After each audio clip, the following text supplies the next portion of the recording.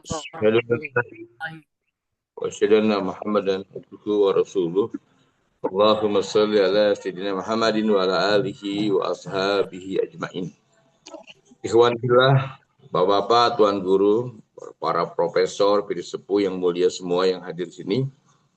Saya Komarudin Ibnu Mikam akan mengawali saja karena bis ini saya minta pidato iftitah dari Kanda Muhammad A, Waketum PP KBPII. Kemudian setelah itu saya serahkan pada Mas Dafa Kaisan Ali. Beliau yang akan bertindak sebagai moderator, yang nanti akan berbicara Kang Juki, Bapak Ahmad Marjuki, ini kebumen.com. Ya, beliau bidang humas PP KBPI. Mari kita buka dengan baca basmalah. Bismillahirrahmanirrahim. Dan saya persilahkan pada Kanda Toha dari Waketum PPKBPI, mangga untuk memberikan pidato iftitah acara ngaji virtual kebudayaan untuk edisi hari ini, mengupas cahaya tauhid Ronggo Warsito. Monggo, tafadhal. Terima kasih. Assalamualaikum warahmatullahi wabarakatuh. Waalaikumsalam. Warahmatullahi wabarakatuh. Alhamdulillahirrahmanirrahim. Wassalatu wassalamu ala asyrofil anbiya'i wal mursalin wa ala alihi wa ashabihi ajma'in amma ba'du. Alhamdulillah ya, pada malam hari ini tadi siang saya dihubungi oleh Pak Komarudin dan saya memang belum sempat komunikasi dengan Pak Ketum karena saya lagi ada di Brebes, tapi insya Allah ini adalah kegiatan positif yang perlu dan merupakan bagian dari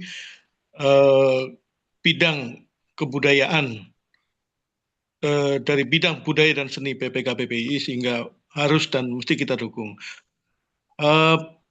Bahkan kita harus berpikir sesekali atau dalam waktu dekat kita menyelenggarakan kegiatan ini di darat ya, di kantor PPKBPI, semacam pembukaan atau semacam rilis ngaji kebudayaan yang bisa kita siarkan secara online maupun offline, sehingga teman-teman semua tergugah bahwa ini adalah ada program yang sangat positif, yaitu sebuah kajian yang menyentuh kebudayaan, sesuatu yang mungkin selama ini di kalangan Islam, kita sebut aja Islam kanan, kurang diminati, kurang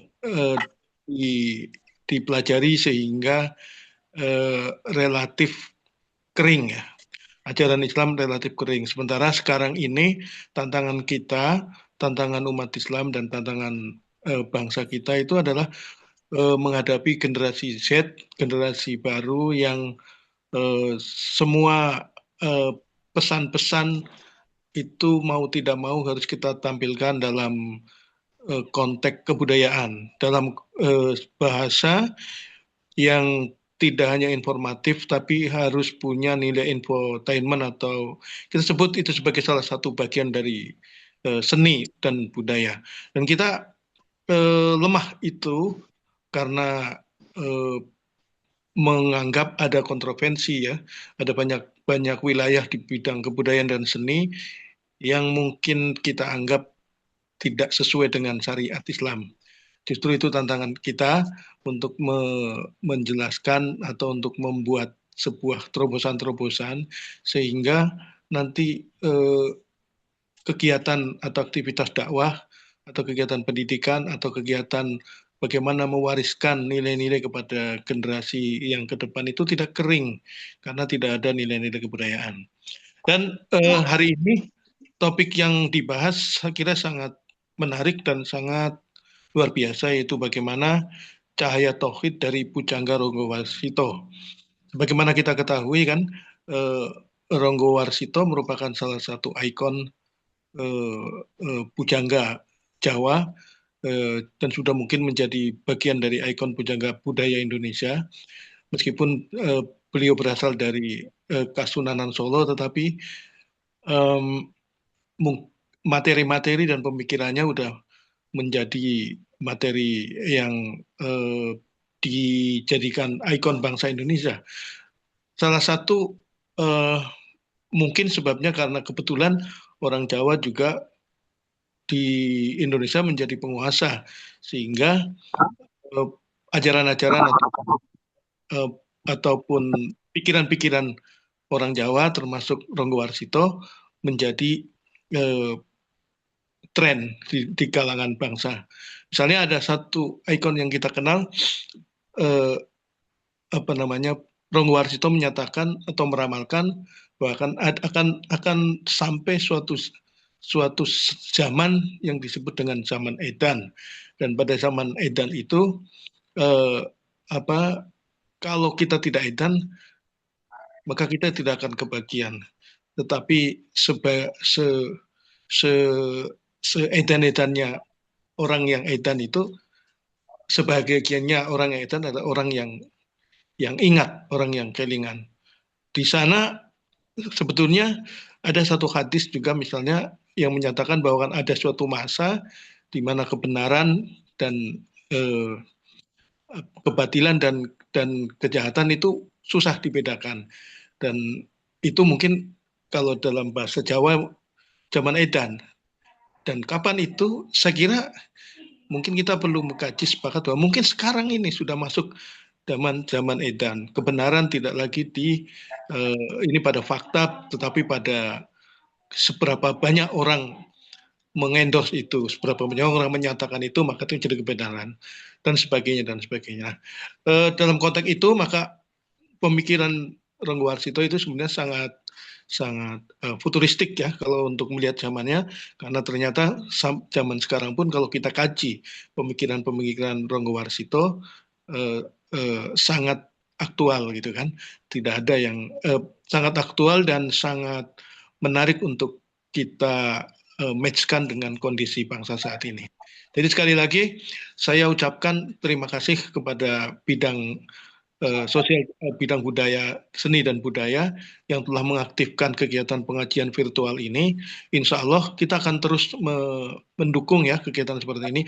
Insya Allah saya berjanji juga Ketum suatu saat akan bisa hadir dan bisa memberikan iftitah dalam acara kita. Nah, kembali tadi saya sampaikan, kita upayakan suatu saat nanti kita bikin majelis ataupun ngaji virtual ini menjadi ngaji virtual dan aktual, ngaji online maupun offline, sesekali kita selenggarakan sehingga membangun kesadaran teman-teman di kalangan KBPI pada umumnya untuk kembali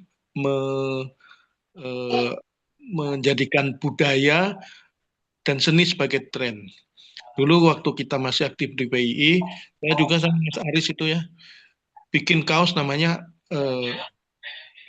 lupa saya, tapi wajar dan berbudaya kalau nggak salah, sebagai bentuk kecintaan kita pada kebudayaan. Trotoar wajar dan berbudaya atau apa ya Riz ya, saya lupa itu. Nah, kaosnya saya pakai kemana-mana dan bagi teman-teman PII itu unik karena budaya agak ditinggalkan. Seolah-olah itu sesuatu yang haram, tapi pada saat yang sama kita menikmati terus budaya gitu kan. Terima kasih. Mari kita terus kaji warisan-warisan budaya kita yang ternyata memiliki nilai adiluhung. Salah satunya adalah tentang pemikiran Ronggo Warsito. Wabil khusus pada malam hari ini kita bahas bagaimana aspek tauhid dari pemikiran atau dari pandangan-pandangan Ronggo Warsito, dan saya kira itu penting untuk melakukan pendekatan kepada kalangan budaya, kepada kalangan masyarakat, terutama masyarakat bawah, karena kalau kita dekati mereka dakwah dengan pola pikir yang formal, kemudian pola pikir yang yang tidak ada aspek budayanya, cenderung akan apatis. Dan ini kelemahan kita, dan kelemahan ini diambil juga oleh pesaing-pesaing kita. Pesaing-pesaing itu misalnya kalangan non-muslim, Katolik dan apa, mereka membuat gereja-gereja budaya yang bernuansa Jawa karena mereka tahu bahwa itulah pintu masuk untuk berdakwah. Saya kira itu aja pengantar dari kami, Terima kasih kepada Pak Ustadz Komarudin Ibnu Mikam, Bapak Ustadz Sri Gede lalu Parmanegara, juga kepada teman-teman, kepada pembicara Pak Kang Cuki, Kang Aris Munandar, dan pada moderator saya ucapkan selamat berdiskusi. Insya Allah akan memberi manfaat dan saya insya Allah akan mengikuti sampai selesai. Wabillahi taufiq wal hidayah. Wassalamualaikum warahmatullahi wabarakatuh. Waalaikumsalam. Warahmatullahi wabarakatuh. Terima kasih Kanda Toha Al-Mansur waktu yang sudah menyampaikan pidato iftitah buat ngaji virtual kebudayaan. Kita semua masukannya luar biasa, dukungannya dan apresiasinya kami ucapkan terima kasih, disertai dengan doa semoga sehat selalu dan Allah berikan kekuatan iman Islam dan kekuatan-kekuatan lainnya. Baik. Amin, amin, amin. Sebagai MC menyerahkan forum ini kepada Dafa Kaisan Ali untuk memandu, memoderatori diskusi ngaji virtual kebudayaan malam ini. Silakan Dafa Kaisan Ali. Baik, Kanda, terima kasih banyak. Bismillahirrahmanirrahim. Assalamualaikum warahmatullahi wabarakatuh. Waalaikumsalam warahmatullahi wabarakatuh. Alhamdulillahirrahmanirrahim. Wassalatu wassalamu ala asrafil anbiya wa mursalin wa ala alihi wa sahbihi ajmain. Alhamdulillah, di malam yang penuh keberkahan ini saya diberikan amanah oleh Kanda Komarudin Ibnu Mikam, dipercaya untuk menjadi moderator pada malam ini. Sebelumnya kepada Kanda-Kanda Dafa Kaisan Ali, Ketua Umum Pengurus Daerah Pelajar Islam Indonesia Kabupaten Bekasi, Kanda. Salam hangat dari saya, Kanda. Yang terhormat Pengurus Pusat Keluarga Besar Pelajar Islam Indonesia dan seluruh Kanda-Kanda, Yunda-Yunda Keluarga Besar Pelajar Islam Indonesia yang telah hadirnya pada umumnya. Alhamdulillah, kemarin saya dapat kabar untuk membahas suatu tema yang bagi saya sendiri sebagai anak muda merupakan sebuah tema yang sangat menarik untuk dibahas gitu, karena apalagi kebudayaan seringkali seperti yang disampaikan dalam pidato iftitah Kanda Toha tadi mengatakan bahwa budaya seringkali dihilangkan atau dianggap skeptis oleh beberapa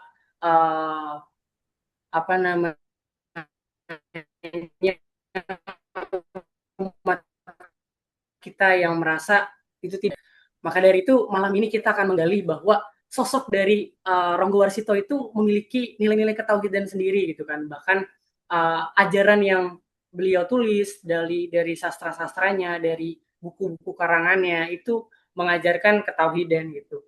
Nah, sebelumnya mungkin tadi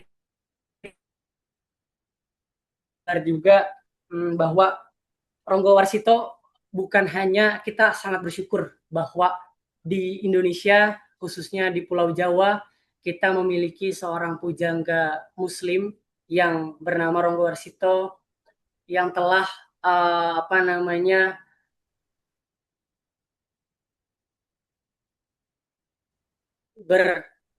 berkarya yang membuat bangga khususnya Kesunanan Surakarta pada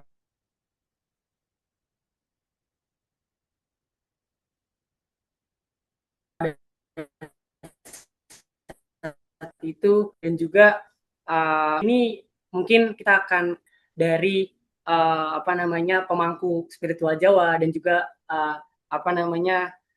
bagaimana kita melihat bahwa nilai-nilai ketauhidan yang diajarkan itu sangat banyak dan ada. Dari kita melihat salah satu karya yang sangat legendnya adalah Kaladita yang merupakan sebuah puncak dari karyanya beliau gitu, yang mana beliau mengajarkan kewaspadaan terhadap zaman yang mana banyak kekacauan gitu kan. Itu sudah diajarkan juga di Islam untuk tetap waspada, tidak percaya berita begitu saja, tidak ikut begitu saja. Kalau dalam hal berita mungkin kita tabayun gitu kan segala macam. Nah, kemudian nanti setelah ini saya kan kita akan ngobrol bicara santai dengan pemangku spiritual Jawa, kalau tidak salah dengan Mbah Roso. Mbah Roso sudah ada di sini, Mbah Roso.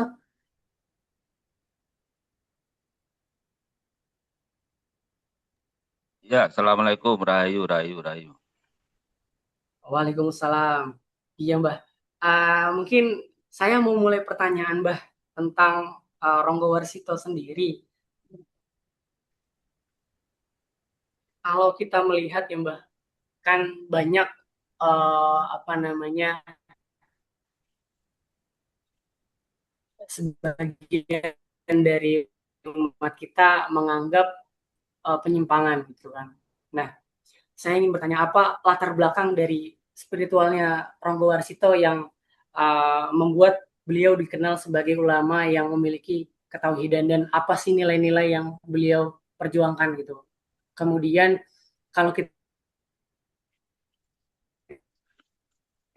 saya sendiri menelusuri adalah memang keluarga bangsawan gitu kan, dan sempat dibawa sama emongnya atau namanya apa namanya, ibaratnya yang menjaganya gitu kan dari bangsawan. Kemudian karena terlalu dimanja akhirnya beliau sering sambung ayam gitu kan. Terus setelah pondok di pondoknya Ki Kasan Besari, akhirnya mendapatkan pencerahan, dan dari situlah beliau terkenal menjadi tokoh yang memiliki nilai-nilai ketauhidan dan kebijaksanaan.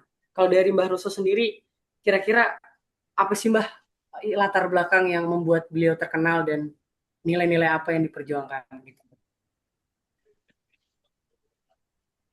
Sebenarnya, Assalamualaikum warahmatullahi wabarakatuh. Ini kan kayak Waalaikumsalam. terima kasih atas kesempatan yang kemudian diberikan kepada saya untuk berbicara di hadapan teman-teman semuanya. Tak lupa kami ucapkan selamat malam, Assalamualaikum kepada Pak Toha Mansur yang dulu pernah jalan bareng tahun 1995 lah. Itu jalan bareng persoalan budaya, dan kita juga mendirikan bersama teater di Jogja. Kemudian kita juga mendirikan LPJY, Lembaga Pelatihan Jurnalistik Yogyakarta, yang pada waktu itu kebetulan ada Arif Budiman yang pernah menjadi ikut pelatihan jurnalistik, yang sekarang jadi menteri desa tertinggal gitu kan. Waktu itu di Jalan Ahmad Dahlan. Ya, kalau kemudian pada hari ini sebenarnya saya sudah konsesi dengan Pak Marzuki, biar Pak Marzuki yang berbicara tentang Ronggo Warsito. Saya kira semua sudah membaca, apalagi pertanyaannya juga hasil dari bacaannya dengan Ronggo Warsito. Tapi berbicara soal ketakutan dan beberapa hal yang berkaitan dengan spiritualitas Jawa, sebenarnya saya lebih mendalami dengan spiritualitas yang hari ini masih berlangsung, masih ada, masih diuri-uri, masih dibudayakan, dan masih menjadi bagian daripada kehidupan masyarakat Jawa. Artinya, sampai hari ini kebetulan saya menjadi salah satu dewan pengurus pendiri Yayasan Dharma Putra Banokeling, yang melingkupi daripada anak putu Bonokeling. Bonokeling itu ada di Desa Pekuncen, Kecamatan Jatilawang, Kabupaten Banyumas, yang mungkin hampir samalah baju adatnya, iketnya dengan masyarakat Baduy. Cuman Kalau yang kami paparkan di sini, karena kami lebih banyak bersinggungan dengan nilai-nilai keislaman, artinya dari doa-doanya, dari mantra-mantranya, dari bagaimana wiridannya, dari keseniannya, kebudayaannya, semua adalah mewarisi tradisi-tradisi Islam. Artinya dengan tradisi-tradisi Islam yang sebelum ada Wali Songo, karena Wonokeling itu mungkin berawal ya, ini kan sejarah saling bersinggungan ya, artinya dulu itu kan wilayah Banyumas sekitarnya itu kan sebenarnya juga masuk wilayah Jawa Barat. Kenapa mereka bicaranya ngapak gitu, nggak ada namanya kalau apa Yogyakarta, Surakarta dan sebagainya, itu kan persoalan logat Jawa, Jogja sama sekitar Solonan atau sekitarnya. Tapi kalau yang namanya ngapak, ternyata ada warisan bahasa kayak Hana Caraka, Data Sawala, Mangga Badanga, Data Sayanga. Kemudian itu kan warisan leluhur kita itu seperti daerah wilayah sana. Jadi saya sudah ngomong dan saya mungkin nggak akan berbicara siapa itu Ronggo Warsito. Saya hanya akan menyampaikan bagaimana spiritualitas Jawa yang sampai hari ini masih ada sebenarnya. Dan itu mungkin saya hanya melihat satu-satunya yang masih murni dengan tradisi adat Jawa. Kenapa masih murni? Karena mereka memegang teguh dengan apa yang disampaikan oleh Rasulullah. Rasulullah mengatakan bahwa pada waktu itu kan ketika zamannya Umar bin Khattab ya, di awal khalifah, tidak ada satupun yang berani menuliskan wahyu yang tersampaikan kepada Rasulullah. Dan akhirnya yang kemudian disampaikan di Wonokeling, baik itu ajaran maupun keilmuan Wonokeling, sampai hari ini tidak ada yang berani menuliskannya. Gitu kan. Artinya tidak ada yang berani menuliskannya ya karena mereka ketika ajaran-ajaran Wonokeling, ajaran-ajaran spiritualitas Wonokeling, ketika ada salah satu yang kemudian menuliskan dan kemudian menjadi semacam ayat atau semacam mantra yang kemudian ditulis, kemudian disebarluaskan dan sebagainya, juga ada. Karena ajaran-ajaran Wonokeling itu hampir sama dengan, ya nyaris sama, dan atau memang sama dengan ajaran-ajaran keislaman ketika awal-awal berdirinya Islam, adanya Islam di zaman Mekah pada saat itu. Jadi ketika Rasulullah menyampaikan Islam di Mekah, mereka kan istilahnya kan mengikuti sesuai dengan tradisi dan adat setempat, gitu istilahnya. Kenapa mereka mengikuti? Kenapa Rasulullah mengikuti adat tradisi setempat? Misalkan saya gambarkan, saya contohkan bahwa ketika Rasulullah awal-awal menyampaikan bahwa keislaman yang ada di Mekah, ya mereka mengikuti itu. Salah satunya adalah yang sampai hari ini masih kita lakukan, yaitu tentang ibadah haji.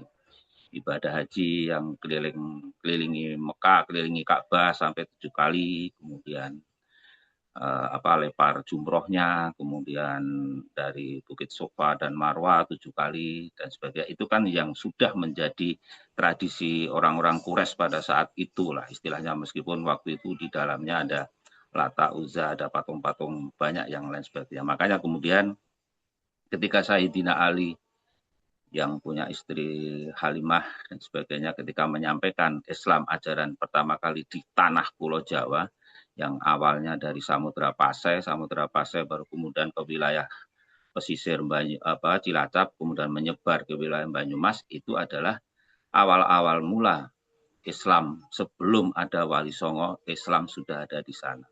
Meskipun pada akhirnya para pendakwah Islam, para pelaku spiritual Islam, dengan bahasanya mungkin mazhabnya adalah mazhabnya Ali, karena mungkin di Mekah dikejar-kejar orang Bani Umayyah atau Bani Abbasiyah, nggak tahu ya posisinya. Jadi mereka menyebarkan ajaran Islam menyesuaikan dengan adat dan tradisi yang ada di Jawa.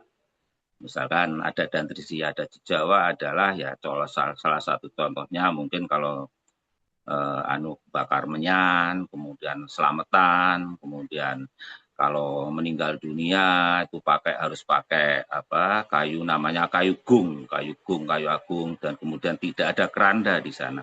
Di sana setiap kali orang meninggal dunia pasti kerandanya juga dibikin saat itu juga, kemudian nanti juga sekaligus bersama-sama dikubur di situ bersama-sama dengan mayatnya. Dan itu ada semacam tradisinya. Tidak sembarang orang kemudian menjadi ahli tukang gali kuburnya, tidak sembarang orang kemudian bisa mendoakan, tidak sembarang orang kemudian menjadi kiai atau gus dan sebagainya. Itu harus ada nasab yang kemudian keturunan yang pada akhirnya mereka menjadi salah satu keturunan yang ada di sana. Jadi sifat ketauhidan yang ada di sana sebenarnya dari awal ketika Islam hadir di Wonokeling, meskipun mereka tidak mengakui beberapa syariat di dalam Islam. Syariat mereka hanya ada 3 posisinya, yaitu tentang syahadat, puasa, dan zakat. Itu aja syariat mereka.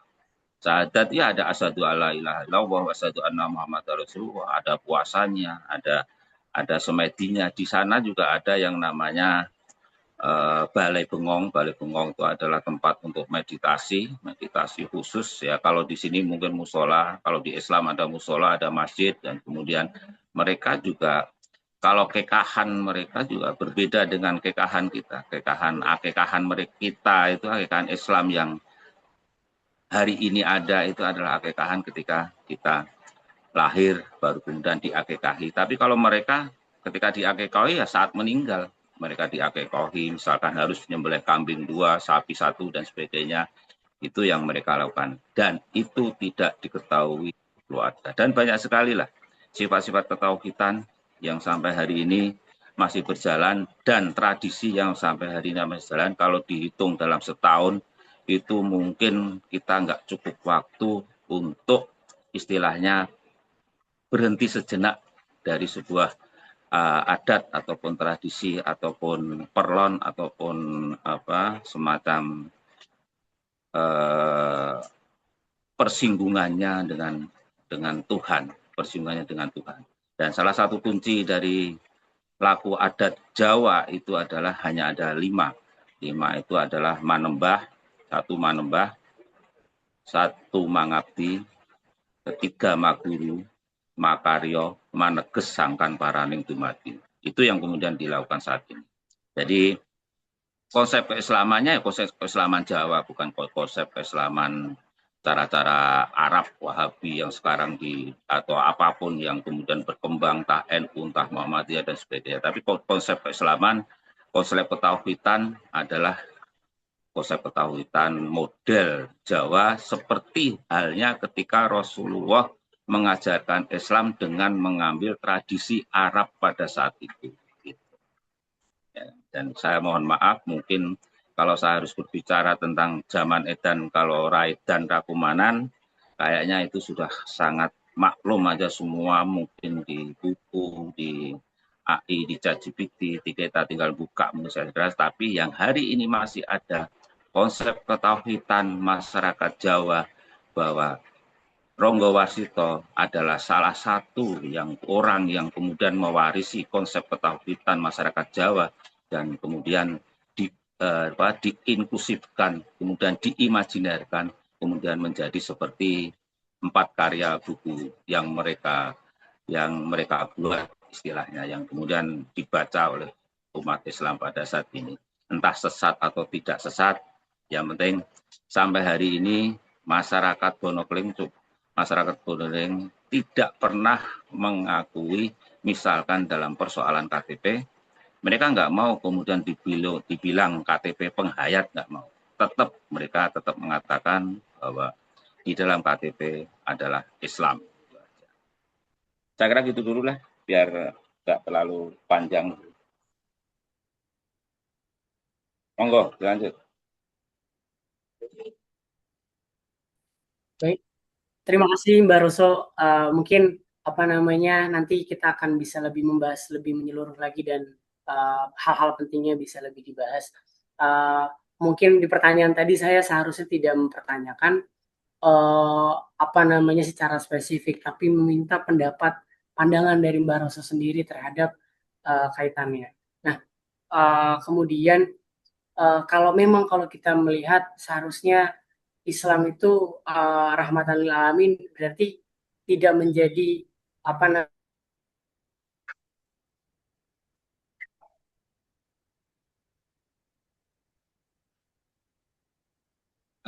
Nggak ada suara. hambatan terhadap budaya. Justru tadi dikatakan Mbak Roso saat mengambil budaya. Halo? Halo, putus-putus ya tempat saya. Putus-putus lah. Nah, di tempat lain putus-putus nggak suara saya? Sama putus-putus. Dari sini bang. Sinyal Sini gua, bang. Pak. Aku pakai enggak sudah.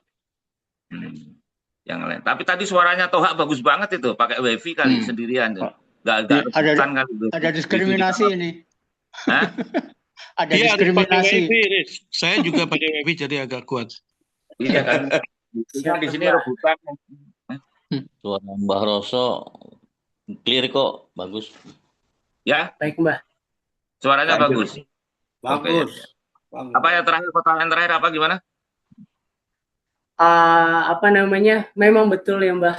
Seharusnya agama Islam itu tidak menjadi hambatan terhadap adanya budaya. Justru harusnya selaras seperti yang dikatakan Mbah.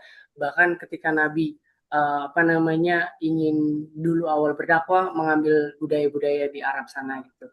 Nah, kemudian untuk menyeimbang mungkin nanti kita akan lakukan pembahasan dan minta tanggapan lagi dari Mbak Roso. Sebelumnya saya pengen kita semua pengen mendengarkan bagaimana tanggapan dari Kanda Marzuki terhadap hal tersebut. Topik pembahasan kita tauhid dari Romo Warsito. Terima kasih.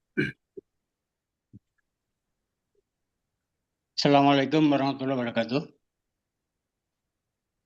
Kedengaran? Ya, Waalaikumsalam warahmatullahi wabarakatuh. Waalaikumsalam warahmatullahi wabarakatuh. Bismillahirrahmanirrahim. Alhamdulillahirabbil alamin. Wassalatu wassalamu ala asrofil anbiya'i wal mursalin wa ala alihi washabihi ajma'in amma ba'du.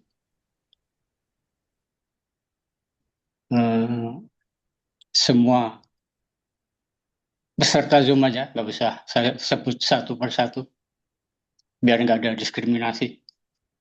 Kalau Mbah Roso pakai sponsor Ditjen Pajak itu jaketnya. Kalau saya pakai sponsor PI Peduli.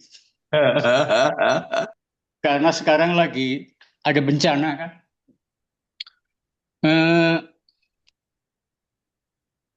Sebelum pada persoalan Romo Warsito, saya kira saya perlu mengajak untuk melihat dari sisi apa dulu. Dari kerangka penglihatan apa kita memandang Romo Warsito itu. Kalau saya sebagai seorang Muslim ya, saya memandang dari sudut keislaman. Dalam salah satu ayat Al-Quran dikatakan, A'udzubillahi minasyaitonirrajim, wa ma arsalna mir rasulin illa bilisani qaumihi liyubayyina lahum. Dan kami tidak mengutus seorang rasul pun melainkan dengan bahasa kaumnya agar dia dapat memberi penjelasan pada mereka. Jadi dari ayat ini saya punya keyakinan bahwa pada setiap kaum itu pasti akan ada utusan ya. Utusan orang yang memberi pencerahan. Hanya kualifikasinya tentu beda-beda. Kalau kita akan percaya bahwa Rasulullah SAW adalah Rasul terakhir, maka sesudah beliau tentu tidak ada Rasul lagi. Tapi pasti akan selalu ada orang-orang yang mengingatkan pada ajaran Rasulullah tentang tauhid itu. Ya, termasuk juga di Jawa. Ya, di sini yang kita bahas adalah Ronggo Warsito. Hanya tidak semua orang mampu menangkap sinyal-sinyal dari ajaran tersebut. Ya, karena persoalan cara pandang dalam memahami apa yang diucapkan. Dan ini akan dipengaruhi oleh faktor pikiran, perasaan, dan hati mestinya. Sebagai contoh misalnya, yang bisa memberikan penafsiran berbeda itu tentang konsep manunggaling kawula Gusti Sesiti Jenar misalnya. Ya, kalau orang memahaminya secara fisik, aku itu ya Allah, ya tentu saja itu aliran yang sesat. Masa Allah dengan kita kok jadi satu? Kalau memandangnya secara fisik. Tapi kalau kita memandangnya dari sudut pandang lain, ya akan membenarkan. Maksudnya aku itu ya Allah itu maksudnya apa yang menjadi kehendak Allah itu ya itulah yang akan saya lakukan.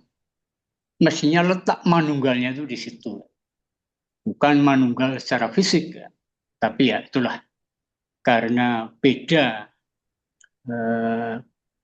tingkat kecerdasan, kualitas berpikirnya, memahaminya bisa keliru. Jadi yang pertama, dengan cara pandang apa kita memandang apa yang disampaikan Ronggo Warsito melalui karyanya. Kemudian yang kedua, yang saya kira saya sependapat dengan pandangan MH Ainun Najib, ya, yang mengatakan bahwa seniman itu mestinya lebih tinggi daripada ulama. Kenapa? Karena kalau ulama itu bicara tentang benar atau salah. Bicara tentang kebenaran. Sementara seniman itu bicara tentang keindahan. Keindahan itu mestinya di atas kebenaran. Orang nggak bisa bicara tentang keindahan kalau tidak bisa membedakan benar salah. Jadi kalau sesuatu dianggap indah tapi kok tidak benar, mestinya itu bukan indah. Atau indah hanya dalam pandangan orang tertentu. Nah, dari sinilah saya ingin mengajak untuk melihat apa sih yang disampaikan oleh Ronggo Warsito. Tadi udah dikutip oleh Mas Toha, dan saya kira sudah cukup populer ya tentang zaman Edan itu. Dan itu sebenarnya kan hanya salah satu bagian dari karya Ronggo Warsito yang ada di Serat Katelada, dan itu juga hanya salah satu dari karya Ronggo Warsito. Cuma dari sebagian itu ternyata nggak semuanya masuk. Nggak semua masuk dalam pikiran orang-orang yang membacanya.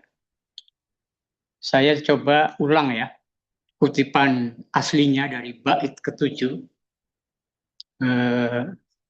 Serat Katelada itu dalam bahasa Jawa. Amenangi zaman edan, ewuhaya ing pambudi.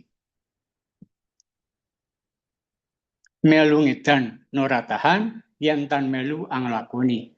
Boya keduman melik, kaliran wakasanipun, dilalah kerso Allah. Bejo-bejo ning kang lali, luwih bejo kang eling kelawan waspodo. Ada yang menerjemahkannya sebagai berikut. Menyaksikan zaman gila, serba susah dalam bertindak. Ikut gila tidak akan tahan, tapi kalau tidak mengikuti gila tidak akan mendapat bagian.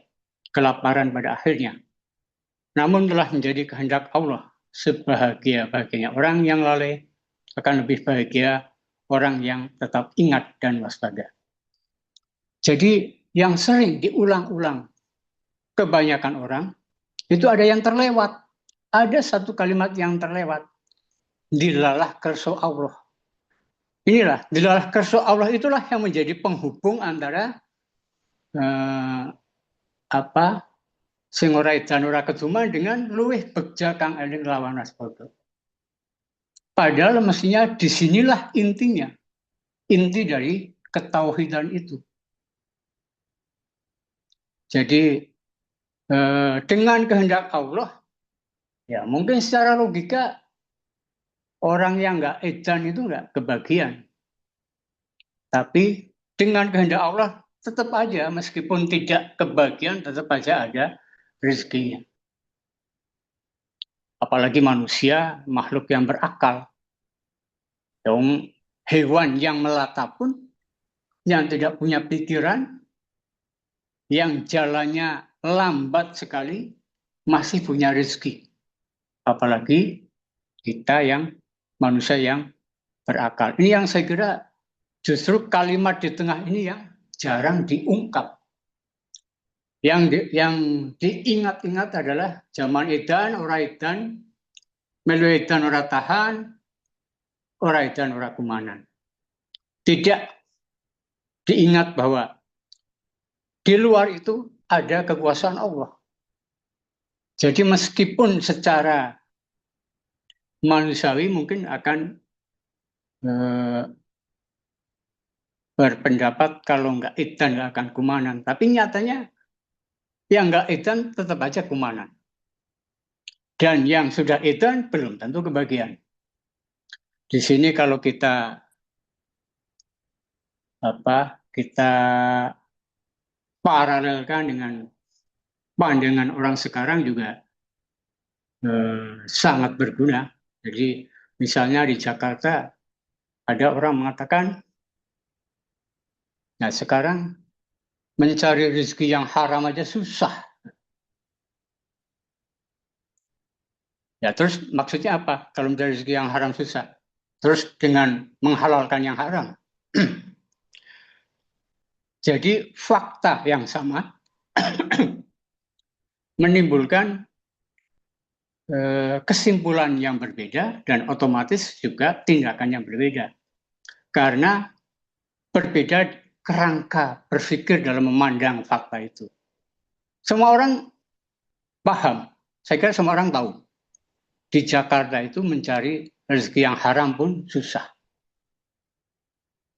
Tapi kalau cara pandang seorang muslim yang ingat bahwa kehidupan sekarang hanya sementara, maka yang dilakukan prinsip yang kemudian dipegang, lah kalau yang mencari haram aja susah, mengapa enggak sekalian yang halal? Sama-sama susah kok, malah memilih yang haram. Bukankah kalau memilih yang melakukan yang haram aja susah, jadinya kan akan menghadapi kesusahan di dua tempat, di dunia saat hidup sekarang dan nanti di akhirat karena sudah terbiasa melakukan yang haram. Beda dengan kalau kita merasa susah kemudian memilih yang halal. Karena sama-sama susah, ya udah cari yang halal aja sekalian. Sehingga meskipun di sini susah, ya kita masih punya harapan hidup yang lebih baik di akhirat. Dan ini juga menyangkut ketauhidan dalam hal siapa sih yang paling berkuasa memberi rezeki? Apakah hanya kalau kita ikut edan saja bisa mendapatkan rezeki? Nah, di sini kan akan sejalan dengan apa yang difirmankan Allah dalam surat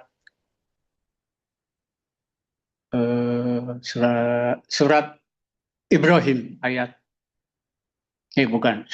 surat Al-Ankabut, surat laba-laba ayat 60 dan 62. Dan berapa banyak makhluk bergerak yang bernyawa yang tidak dapat membawa atau mengurus rezekinya sendiri. Allah lah yang memberi rezeki padanya dan kepadamu. Dia maha mendengar, maha mengetahui. Jadi bagi orang yang tidak mau ikut edan dan di mata orang lain itu tidak keduman sehingga kehidupannya miskin, itu Allah menjanjikan akan memberikan rezeki sehingga tidak mungkin akan terlantar. Dan saya kira sampai saat ini tidak pernah ada orang yang kemudian, ya paling tidak di Indonesia ya, orang yang kemudian mati karena tidak mendapatkan makanan. Beda kalau memang terjadi bencana kelaparan misalnya. Tapi kalau dalam kehidupan normal saja, tidak akan ada orang yang tidak bisa makan. Ya kecuali kalau yang barusan terjadi di Kebumen, kesulitan kemudian bunuh diri. Ibu dan anaknya yang sekarang lagi jadi viral.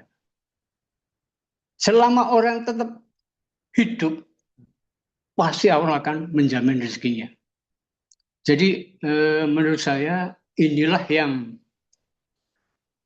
tidak banyak diungkap ya, dari apa yang disampaikan oleh Pujangga Ronggowarsito itu. Itu baru dari satu karya beliau dalam Serat Katiladoh dan baru dari bait ke-7. Ya. Karena di situ ada 12 bait ya. Dan ternyata dari bait ke-7 yang populer itu ada satu kalimat yang terselip dan jarang diingat orang. Yang diingat orang adalah menangi zaman edan, ora kumanan, melu edan ora tahan, ora edan ora kumanan. Sama sak beja-bejaning wong lale ya, lebih bejo orang yang eling lan waspada. Jadi sebenarnya kan yang membuat yang dimaksud eling dan waspada itu ya eling bahwa Allah itu punya kehendak dan kehendaknya nggak bisa dilawan siapapun. Atau ada yang menerjemahkan kersa itu dengan keadilan, bahwa Allah itu adil. Jadi pasti semua orang itu akan mendapatkan rezeki. Hanya kadarnya beda-beda. Karena kalau dalam Al-Quran itu kan ada berbagai jalur untuk mendapatkan rezeki. Ada rezeki dari orang bertakwa, min haitsu la yahtasib, ada rezeki dari orang yang bertobat dan lain sebagainya. Jadi untuk mendapatkan rezeki tidak sekedar harus mengikuti arus, menghalalkan segala cara, tapi menggunakan cara-cara yang halal. Ya, pesan inilah yang sepertinya belum banyak tertangkap oleh mereka yang membaca karya-karya Ronggowarsito. Karena yaitu ada satu kalimat yang terselip. Sehingga yang dimaksud dengan waspada itu waspada seperti apa? Ya mestinya kalau kalimat itu tidak terselip, yang dimaksud eling lan waspada ya eling dan lan waspada terhadap kekuasaan Allah, keberadaan Allah. Eling lan waspada keberadaan Allah dengan sendirinya juga ingat dengan apa yang disampaikan Allah pada umat manusia. Ya, misalnya Allah mempergilirkan kejayaan antara orang yang beriman dengan orang yang kafir. Sehingga tidak selalu orang beriman pasti jaya atau sebaliknya. Tidak selalu orang kafir akan jaya. Dan ini sudah ditunjukkan pada sejak masa Rasulullah dengan simbol perang Badar dan perang Uhud. Perang Badar, umat Islam bisa meraih kemenangan. Di perang Uhud, umat Islam mengalami banyak kerugian, padahal sebelumnya sudah sangat optimis. Sehingga sampai merasa umat Islam ditinggalkan oleh Allah ketika usai perang Uhud.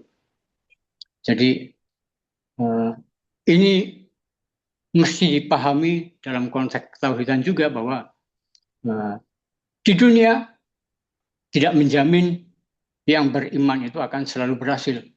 Allah sengaja mempergilirkan kadang yang beriman yang berjaya, lain waktu yang kafir yang berjaya. Sebab kalau yang benar itu adalah yang punya kekuasaan, yang punya harta, ya mestinya kalau sekarang berarti yang benar Amerika atau Israel. Tapi dengan adanya penjelasan dari Allah seperti itu, maka itu membuat kita paham bahwa bukan seperti itu yang benar. Jadi dengan memahami secara utuh konteks yang disampaikan oleh Romo Warsito itu, kita bisa melihat, oh memang beliau memberikan pesan-pesan ketauhidan. Hanya yang bisa menangkap tentu saja orang yang memang punya dasar tauhid juga. Kalau orang yang tidak punya dasar tauhid, ya tidak bisa menangkap pesannya. Gak usah jauh-jauh terhadap pesan tauhid. Sesuatu yang kelihatan, seperti sungai misalnya. Orang melihatnya kan juga bermacam-macam. Seorang pengail melihat sungai ya, oh enak untuk mancing. Seorang turis, wah, oh pemandangannya indah. Tapi seorang teknik sipil akan memandang, oh ini bisa dijadikan pembangkit listrik tenaga air.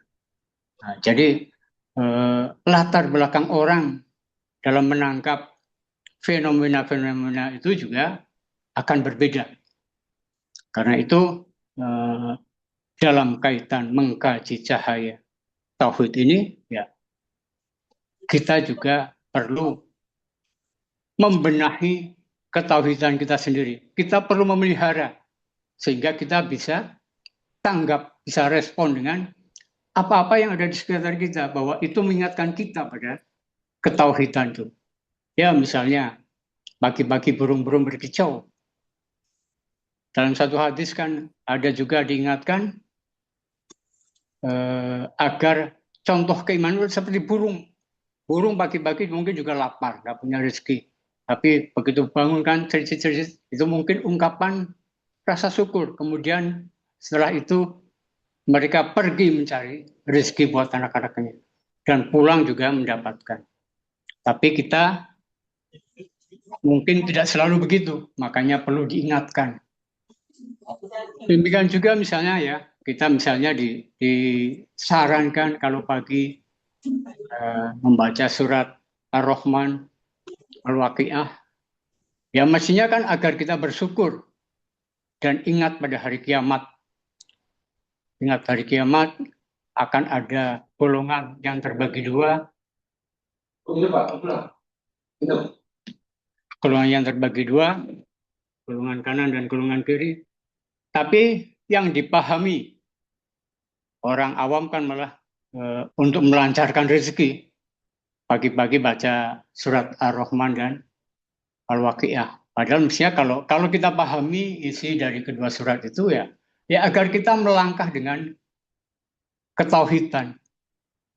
Ar-Rahman mengingatkan kita banyak nikmat yang disyukuri. Al-Waqi'ah memperjelas pada kita ada golongan kanan dan golongan kiri, maka mestinya kita menjadi golongan kanan, bukan golongan kiri. Sama seperti yang disampaikan oleh Ronggo Warsito dengan bahasa budaya Jawanya yang dulu kalau seni Jawa kan ada mocopat, ada apa itu bentuk-bentuknya. Ya mesti ada pesan-pesan seperti itu. Hanya tidak semua orang bisa menangkap ya karena mungkin basic ketauhidannya juga kurang sehingga yang ditangkap ya tentang ketidakberesan, kerusakan zaman seperti itu. Ya, mungkin itu pengantar saya untuk diskusi ini. Saya kembalikan kepada moderator. Silakan Mas Java.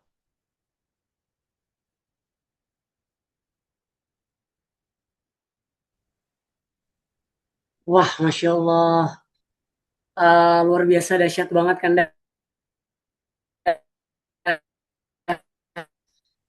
saya ini sendiri membuka mati bahwa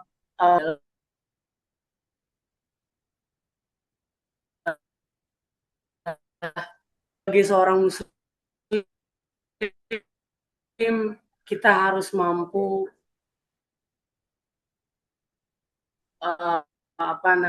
bijaksana. Nilai yang ada pada Ronggo Warsito itu bisa kita lihat ketika ketahuan itu sudah mantap dalam diri kita sendiri. Maka dari itu sang muslim bukan hanya menghakimi, tetapi juga ada tokoh manapun yang mana memang di dalamnya terdapat nilai-nilai ketauhidan dan juga nilai-nilai ajaran. Nah, mungkin dari saya sendiri banyak membuka mata bahwa hal-hal yang sederhana saja terkadang kalau kita tidak memiliki landasan tauhid yang baik, maka tidak bisa kita artikan dengan baik. Kemudian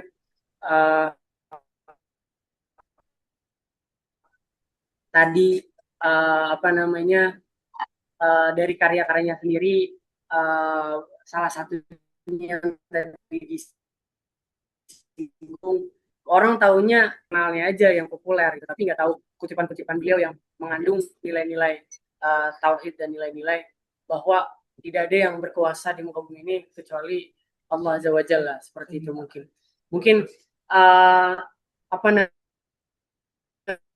seperti itu, Kanda. Baik, selanjutnya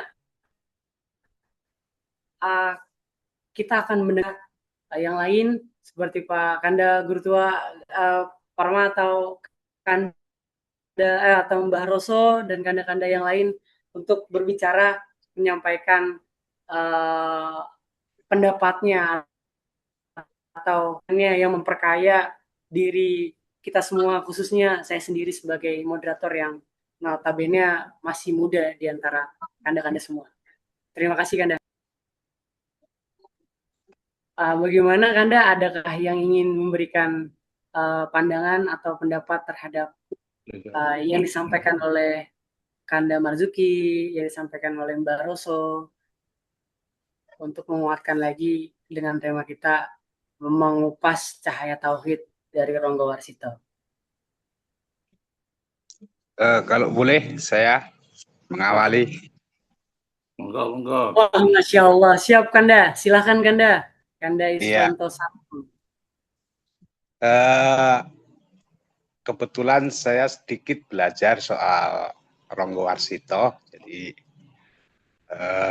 mungkin bisa urun rembuk lah di dalam muzakarah kali ini. Kalau yang disebutkan tadi itu kan soal apa tadi itu yang diungkapkan itu ada di Serat Kolotido kalau tidak salah. Jadi tentang eling lan waspada zaman edan itu kan di situ. Nah, saya tidak mencoba membahas itu. Nah, kalau belajar karena temanya adalah cahaya tauhid dari alam pikiran Ronggo Warsito, ada buku dia yang menurut saya itu rujukan harusnya ketika kita bicara soal tauhidnya Ronggo Warsito, yaitu Serat Wirid Hidayat Jati. Kebetulan ini tak buka sekalian biar saya nggak keliru gitu kan, kebetulan ada bahannya gitu dari apa yang disusun oleh Raden Tanoyo, penerbit dari Trimurti Surabaya. Nah, kalau kita membahas soal isi wirid ini, wirid Hidayat Jati ini, ada beberapa kalangan itu menyebutkan bahwa ini ada pengaruh dari pikiran-pikiran, salah satunya itu ada Al-Farabi, Ibnu Farabi, terutama di dalam bukunya yang Futuh Al-Hikam itu, kemudian juga Martabat Tujuhnya dari siapa tuh yang orang Gujarat itu, lupa namanya. Kemudian juga pokok-pokok pikiran dari Aceh itu ada Nuruddin Araniri, ada satu lagi itu, satu sufi, satu lagi itu yang terkenal, lupa namanya, nggak ingat. Nah, akan saya bacakan sedikit ini aja. setidaknya kalau ada dalam martabat 7 itu ada kalau martabat 7 kan itu bagaimana dari keadaan Allah yang ahad, ya, makanya ada alam ahad dia, kemudian dari wahdah, kemudian turun menjadi wahdaniyah, sampai nanti turun sampai ke insan kamil, kira-kira itulah kalau di dalam martabat 7. Tetapi ada kekhasan dari Raden Ngabayu Ranggawarsita. Jadi berbeda, ini agak spesifik gitu. Saya bacakan satu-satu ya. Yang pertama itu adalah pisiking ananing zat, itu kalau di dalam bukunya Wirid itu ya, Wirid Hidayat Jati itu. Kemudian pedaraning wahananing zat. Kemudian yang ketiga itu gelaran kahananing zat. Yang keempat, nanti ini yang akan saya bahas nanti, pembukaan tata malige ing dalem, yang di dalam rumah Baitul Makmur. Kemudian yang kelima itu Baitul Muharram. Kemudian Baitul Muqaddas. Yang ketujuh itu panetep santosaning iman. Itu urutan bagaimana Tuhan yang Maha Kuasa Allah Subhanahu wa taala itu bertajali. Kalau di dalam konsepnya martabat martabat 7 itu kurang detail, lebih ke unsurnya itu ke arah roh, ke arah nyawa, ke arah perbuatan yang akhirnya fisik gitu. Dari alam ahadiyah, kemudian wahdah, kemudian wadaniyah, kemudian alam arwah, di dalamnya itu kelengkapannya di situ sampai kemudian menjadi insan kamil. Nah, penjelasan daripada Raden Ngabayu Ranggawarsita itu yang paling menarik itu menurut saya di sini. Kalau yang menurut saya penjelasan dari yang 1, 2, dan 3 itu menjelaskan keadaan yang Maha Kuasa itu sendiri, Allah Subhanahu wa taala. Tetapi yang menarik ini posisi 4, 5, dan 6. Yang ini tidak ditemukan di dalam khasanah pemikiran Timur Tengah, Arab, India, maupun yang lain nggak ada. Persia juga ada, cuman kita temukan di Jawa di sini. Dan itu di dalam beberapa buku yang lain, misalnya di Serat Podotomo juga muncul yang ajaran ini. Nah, tak bacakan ya, biar tidak keliru. Jadi gini, yang pertama itu pembukaan. Kenapa? Di mana tempatnya Baitul Makmur itu? Baitul Makmur itu tempatnya itu di kepala. Nah, di dalam kepala itu, nah ini akhirnya kan nanti menjadi insan kamil itu di sini nanti itu. Nah, di dalam kepala itu atau Baitul Makmur itu di dalamnya itu ada otak kalau ada. Di dalam otak itu ada manik. Di dalam manik itu ada budi. Di dalam budi itu ada nafsu. Nah, di dalam nafsu itu ada sukmo. Di dalam sukmo itu ada rasa. Di dalam rasa itu ada ingsun. Nah, gitu deh. Itu yang Baitul Makmur. Kemudian turun yang kelima itu Baitul Muharram. Letaknya di mana dia? Letaknya itu di hati Adam. Nah, penjelasannya begini tuh. Omai iku omah enggoning bahasa Jawa, nanti bahasa Indonesia aja ya, saya jelaskan gini ya. Itu di dalam jantung, hati itu jantung, itu ada budi. Di dalam budi itu ada jinem. Di dalam jinem itu ada angen-angen. Di dalam angen-angen itu ada sukmo. Di dalam sukmo itu ada rasa. Di dalam rasa itulah ada ingsun. Ora ono pangeran selain hanya ingsun zat yang meliputi kahanan sejati. Itu yang ke-5. Yang keenam itu adalah Baitul Muqaddas. Penjelasannya begini tuh.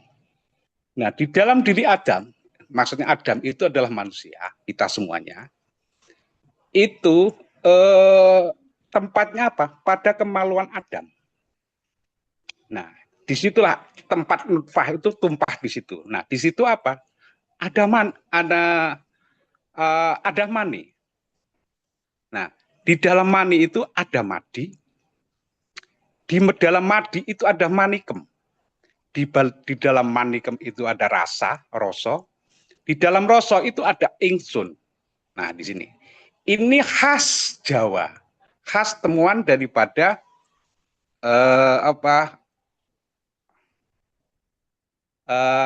Syekh Ronggo Warsito. Jadi saya mau menjelaskan begini, bahwa secara pemikiran kenapa agak berbeda dengan kalau nggak salah Ajil itu yang martabat 7 itu agak sedikit berbeda. Ini menurut saya ini lebih detail dia, lebih detail daripada anatominya itu lebih detail daripada yang kepunyaan Al-Farabi, Ibnu Farabi, maupun juga siapa itu yang yang martabat 7 itu. Jadi, nah ini yang tidak pernah dikupas menjadi pelajaran bangsa kita. Nah, bahkan pengertian tentang Rasul itu cukup berbeda. Nah, ini saya akan coba kaitkan dengan konsep dasar masyarakat Jawa. Masyarakat kalau kita mempelajari kan agama purba atau kepercayaan purba, masyarakat kita itu kan Sang Hyang Toyo kan. Toyo kan artinya kosong, nggak ada. Kalau dalam bahasa-bahasa yang lain itu kan yang kosong itu yang meliput segalanya. Artinya itu pengertiannya itu di sini dia yang manifest menjadi imanen yang meliputi seluruh ciptaan, kejadian, tetapi sekaligus juga transenden. Nah, ini yang jarang ditembus oleh baik para pelaku orang-orang Jawa juga tidak tidak mendalami ini sebagai sesuatu yang yang inti gitu, yang perlu dijalani gitu. Nah, itu saja yang bisa saya sampaikan soal ajaran tauhid, bukan ajaran ya, artinya pokok pikiran tauhid dari siapa? Raden Ngabei Ronggo Warsito. Jadi kalau mau ditarik itu kita itu tidak kalah dengan pemikir-pemikir dari luar Indonesia. Kita lebih detail bahkan. Mungkin itu saja dari saya. Kurang lebihnya mohon maaf. Assalamualaikum warahmatullahi wabarakatuh. Waalaikumsalam warahmatullahi wabarakatuh. Waalaikumsalam warahmatullahi wabarakatuh. Masya Allah. Wah, menambah insight baru lagi untuk kita semua bahwa tadi disampaikan oleh Kanda bahwa seandainya kita ini beruntung sebetulnya mendapatkan pujangga Ronggo Warsito yang lahir di Nusantara, di Indonesia ini. Hanya saja tinggal bagaimana kita memahami dan mempelajari apa yang menjadi pokok-pokok pikiran dan nilai-nilai yang beliau perjuangkan. Baik. Selanjutnya tadi luar biasa, sudah banyak sekali. Kita akan lanjut dari pandangan dan perspektif dari kanda-kanda sekalian. Siapa yang berkenan untuk memberikan pandangannya? Apakah Kanda Gurtua, Kanda Parma bersedia untuk memberikan pandangannya untuk menambahkan? Kami persilakan. Assalamualaikum warahmatullahi wabarakatuh. Waalaikumsalam. Ingin bercerita sekaligus bertanya pada Mas Haris dan Bang Juki, karena saya punya pengalaman rada spesifik ya terhadap Ronggo. Pertama saya kenal dengan putunya, kemudian saya kenal dengan cucunya Besari, saya lama juga di Kasunanan Surakarta. Kemudian kakek saya itu abdi dalam di Kasunanan Surakarta. Kemudian yang keempat, makamnya itu di Klaten, belakang rumah saya. Kemudian yang kelima, saya pernah lihat buku itu, buku langsung cetakan Tenaya itu, Wirid Jati itu. Jadi saya lihat bukunya dan langsung saya bisa baca dan saya tahu betul pada saat itu, walaupun saya rada kaget, ya Mas Juki dan Mas Aris, saya pikir awal-awal Wirid Hidayat Jati itu seperti istighosah. Seperti apa? Seperti wiritan lah gitu ya, seperti Majmu' Syarif atau seperti istighosah Nahdlatul Ulama lah. Ternyata memang ini seperti yang bisa disampaikan oleh Bang Iswanto, ini isinya deskriptif gitu. Tapi kemudian ada cerita khas itu, ketika dia dihafal satu saja huruf ini di dalam Wirid Hidayat Jati itu, kemudian dicobakan oleh istri saya itu menusukkan jarum di di jarinya. Dan ketika jarum itu ditusukkan dengan mengingat satu kata di dalam Wirid Hidayat Jati itu, sakitnya tidak terasa. Tidak terasa gitu. Ketika jarum diangkat, kemudian luka itu hilang, tidak ada bekas. Artinya kawan yang memiliki buku itu dan menerangkan tentang buku itu, seorang pengageng dari Surakarta Hadiningrat, menyampaikan sisi mistik atau sisi spesifik dari kitab itu. Nah, lalu dimensi mistik ini memang saya ingin bertanya, lahirnya dari mana? Kira-kira gitu ya. Dimensi-dimensi mistiknya itu, sehingga memang nampak sangat istimewa dengan dengan belajar Wirid Hidayat Jati ini, kawan itu bisa punya ilmu yang gaib-gaib gitu ya, yang luar biasa. Di sebelah mananya kira-kira dari Wirid Hidayat Jati ini yang punya kekuatan atau punya dimensi yang sehebat itu. Kira-kira gitu. Terima kasih Pak Saris dan Kang Juki.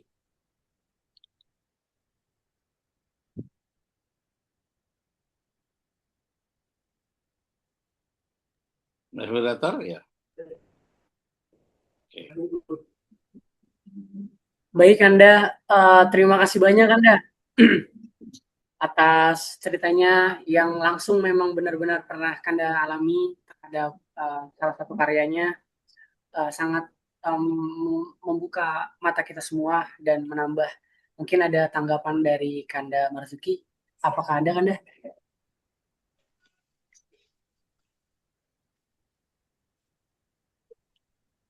Mas Haris dulu ada, Mbak Rosa dulu ada tanggapan nggak?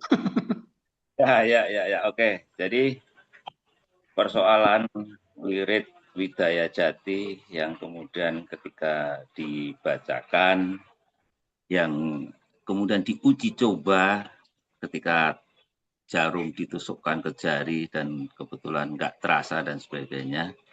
Saya kira ini pengalaman spiritual hampir banyak sekali saya menemuin beberapa kawan, beberapa teman yang melakukan laku wiridan seperti ini. Kebetulan kalau kami melakukan laku wiridan itu misalkan contoh karena wiridan saya itu kan wiridan Ben Sugih ya, bacaannya ya Rozak kan.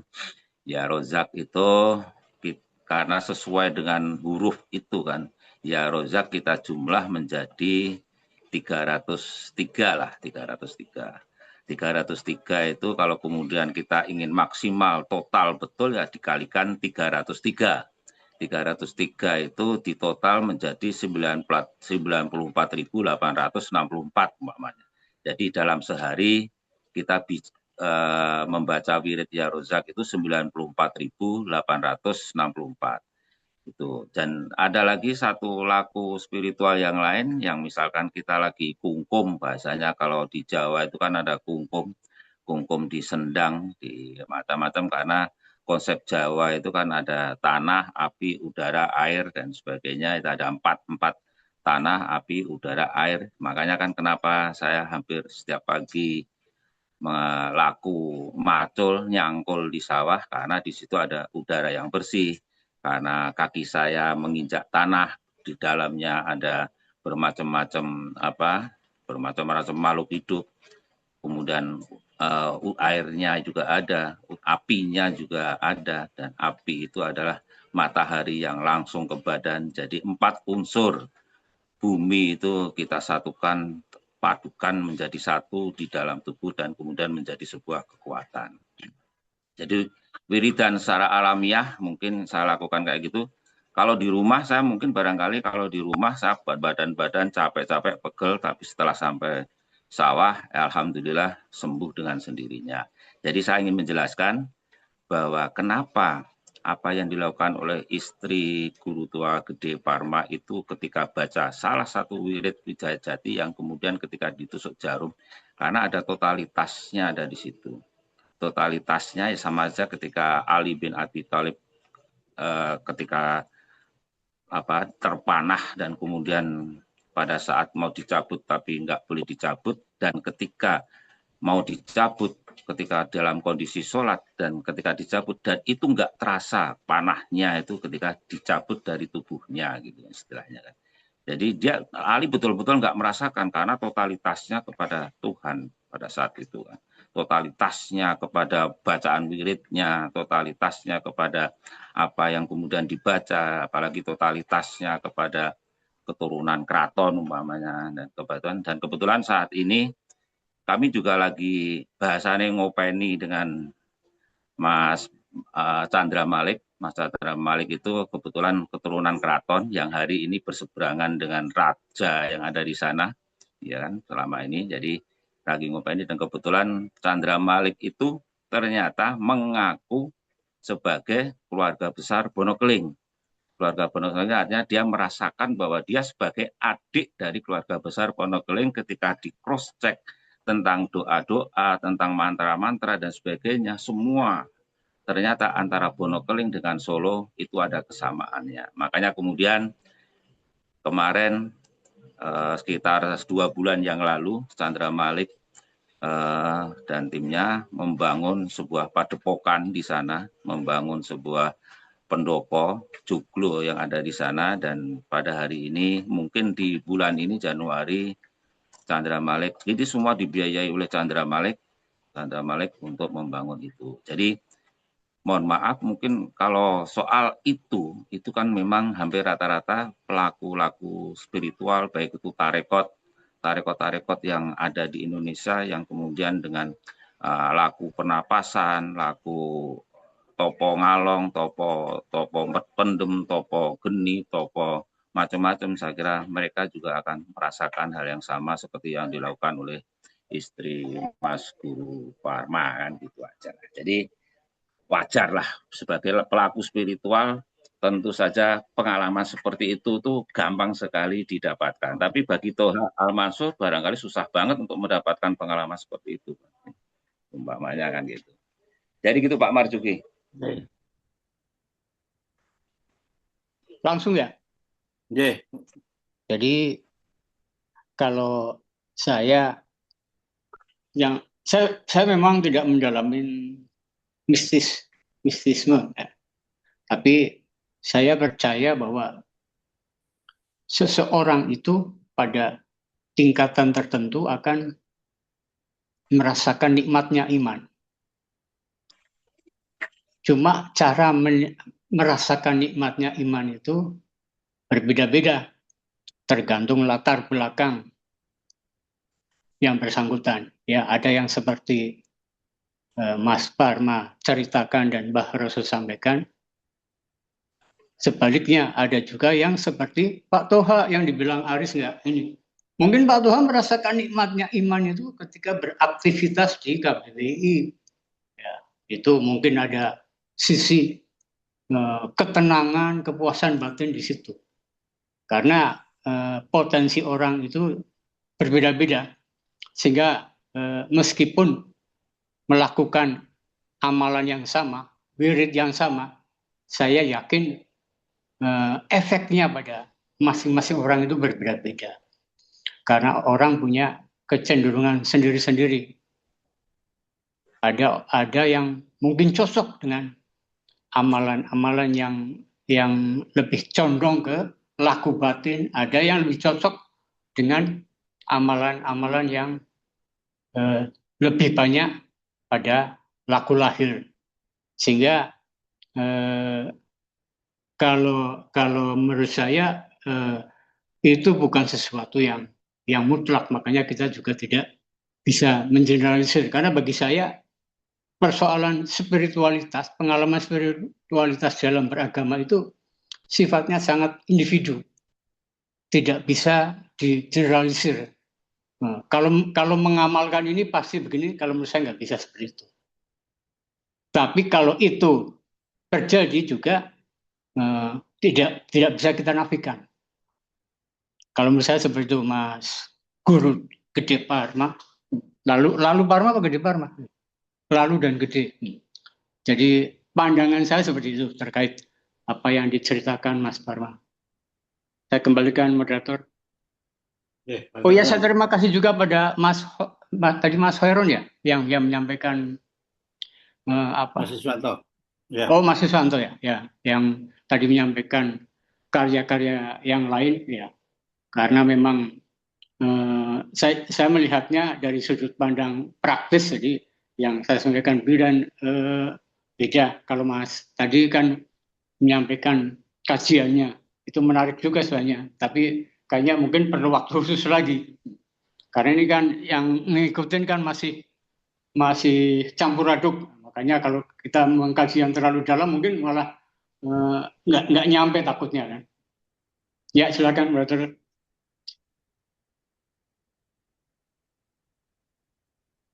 Mas Terun, Mas Ares, Mas Tanjuki.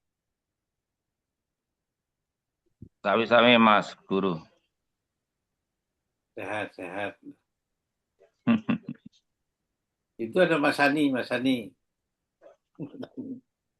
San. Masya Allah, terima kasih Kanda Marzuki atas penyampaiannya. Semakin menguatkan. Apakah dari Kanda-Kanda sekalian ada yang ingin menambahkan lagi untuk pendapatnya?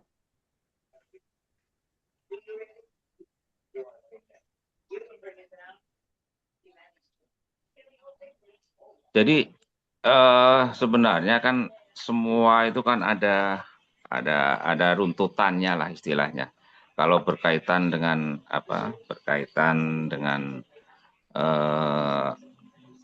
spiritualitas yang ada di wilayah Jawa ini. Jadi barangkali kawan-kawan sebenarnya bisa mencoba menggali kembali sebenarnya sampai sejauh mana spiritualitas yang berkembang di tanah Jawa atau yang kemudian lebih dikenal dengan ketauhidan di tanah Jawa ini. Jadi kalau saya kemarin menyampaikan kepada yang meminta kepada saya untuk berbicara, saya nggak bisa berbicara terhadap apa yang kemudian menjadi karya Ronggo Warsito. Tapi karena setelah hari ini sudah hampir 3 tahun terakhir ini saya banyak mengikuti kegiatan-kegiatan di Wonokeling, salah satunya adalah yang namanya Perlon Unggahan.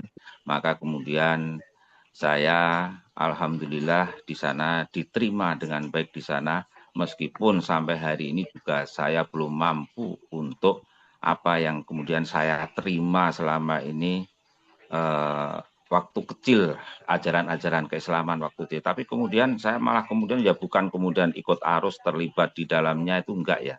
Hanya saya kemudian bisa menilai sih, apa sih Islam itu? Gimana sih model ketauhidan Islam? Karena mau tak mau ketika kita berbicara tentang Islam adalah tentang berbuat kebaikan.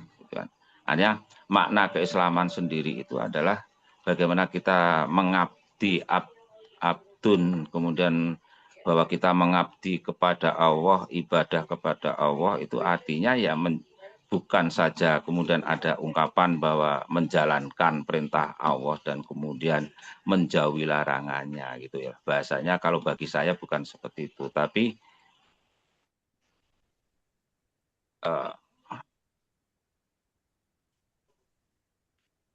yang kemudian saya pahami ya adalah bahwa tugas manusia diciptakan Allah ke muka bumi ini adalah satu, untuk berbuat kebaikan apapun yang ada yang bisa kita lakukan. Artinya dengan badan, tubuh, jiwa, raga kita kemudian nanti diterjemahkan dengan macam-macam yang ada di dalam pikiran dan otak kita. Yang penting adalah bagaimana kita bisa mensyariati hidup ini dengan kodrat, dengan apa yang kita hadapi di depan mata kita, gitu istilahnya. Kalau memang hari ini kita belum bisa mendapatkan apa-apa dan hari ini kita belum mendapatkan pekerjaan apa-apa, ya apa yang bisa kita lakukan hari ini apa? Kebaikan apa yang bisa kita lakukan hari ini untuk diri kita, untuk keluarga kita, untuk tetangga kita, itu aja kuncinya lah menurut saya. Artinya bahwa apa yang disampaikan oleh Ronggo Warsito itu adalah konsep politisasi pemikiran masyarakat Jawa, tapi kemudian kalau yang terjadi di Bonokeling itu adalah sebuah komunitas masyarakat adat yang sampai hari ini masih ada dan terus diupayakan tetap ada dan sampai hari ini masih berkembang, masih terus ada, entah yang namanya Perlon Senen Pahing, entah yang namanya kematian, kemudian anak orang meninggal, orang kawinan, orang sunatan, kemudian sholawatan, kemudian tahlilan, kemudian 1 hari, 2 hari, 3 hari, sampai 7 hari, 40 hari, 100 hari, 1 tahun, dan sebagainya. Itu semua adalah bagian daripada sesrawungan mereka kepada tetangga-tetangga dan sebagainya, upayanya dalam rangka untuk selalu berbuat baik. Dan saya sangat mengagumi apa yang terjadi, bahwa budaya Jawa itu sangat luar biasa. Bukan kemudian saya ngagung-ngagungkan Jawa ya. Artinya sisa-sisa kebudayaan Jawa, sisa-sisa spiritualitas masyarakat Jawa yang hari ini tetap dan masih terus dikembangkan, masih terus bertahan, itu adalah salah satu upaya untuk menjalin sesrawungan, silaturahmi dengan komunitas sekitar situ, meskipun ada orang lain, ada warga lain, atau ada akidah lain yang tiba-tiba masuk di wilayah itu, tapi mereka tetap diterima dengan baik dan kemudian tidak membedakan apakah mereka itu beragama Islam atau kemudian mereka NU, mereka Muhammadiyah, mereka ini, mereka macam-macam dan sebagainya. Tapi apa yang mereka lakukan, apa yang mereka jalani pada hari ini adalah konsepnya adalah bahwa sangkan paraning dumadi itu adalah untuk berbuat baik kepada siapapun. Hanya itu aja sebenarnya ajaran utama dari masyarakat Jawa. Karena di Jawa itu nggak ada istilah musuh. Musuh itu adalah bahasa baru dalam konsep Jawa. Dan saya kebetulan sangat pernah menelusuri untuk wilayah kenapa di Dieng ada sebenarnya dulu ada ribuan candi yang ada di sana, dan kemudian dia menjadi raja-raja kecil waktu itu. Kemudian ada di sana itu kan terkenal dengan kerajaan-kerajaan. Kenapa raja kerajaan ada di atas dan kenapa pendidikan ada di bawah, ada di Borobudur, ada di Prambanan. Dan salah satu kunci peradaban pendidikan yang ada di wilayah Pulau Jawa itu kan dengan adanya patung Garuda Wisnu. Nah, patung Garuda Wisnu itu kan menunjukkan pola pendidikan. Gajah Mada itu kan kayaknya simbolnya kan Garuda Wisnu ya posisinya ya, umpamanya. Jadi di wilayah Jawa terutama Yogyakarta dan Solo itu kan memang tempat-tempat pendidikan, tapi raja-raja kayak kalau di Prasasti Mantiasih itu kan ada ditemukan gelar-gelar yang raja-raja tapi tidak pernah tidak pernah berperang, tapi mereka adalah bergantian untuk menggantikan raja yang kemudian sudah nggak mampu dan sebagainya, digantikan oleh keturunan ini, keturunan ini, keturunan ini. Misalkan Rakai Sanjaya, Rakai Garung, Rakai Pikatan, kemudian ada Rakai Galunggung, ada 9 rakai yang kemudian tertulis di Prasasti Mantiasih, dan mereka tidak ketika mengambil atau kemudian menerima gelar raja rakai itu, rakai-rakai Pikatan, Rakai Garung dan sebagainya, tidak ada pertumpahan darah.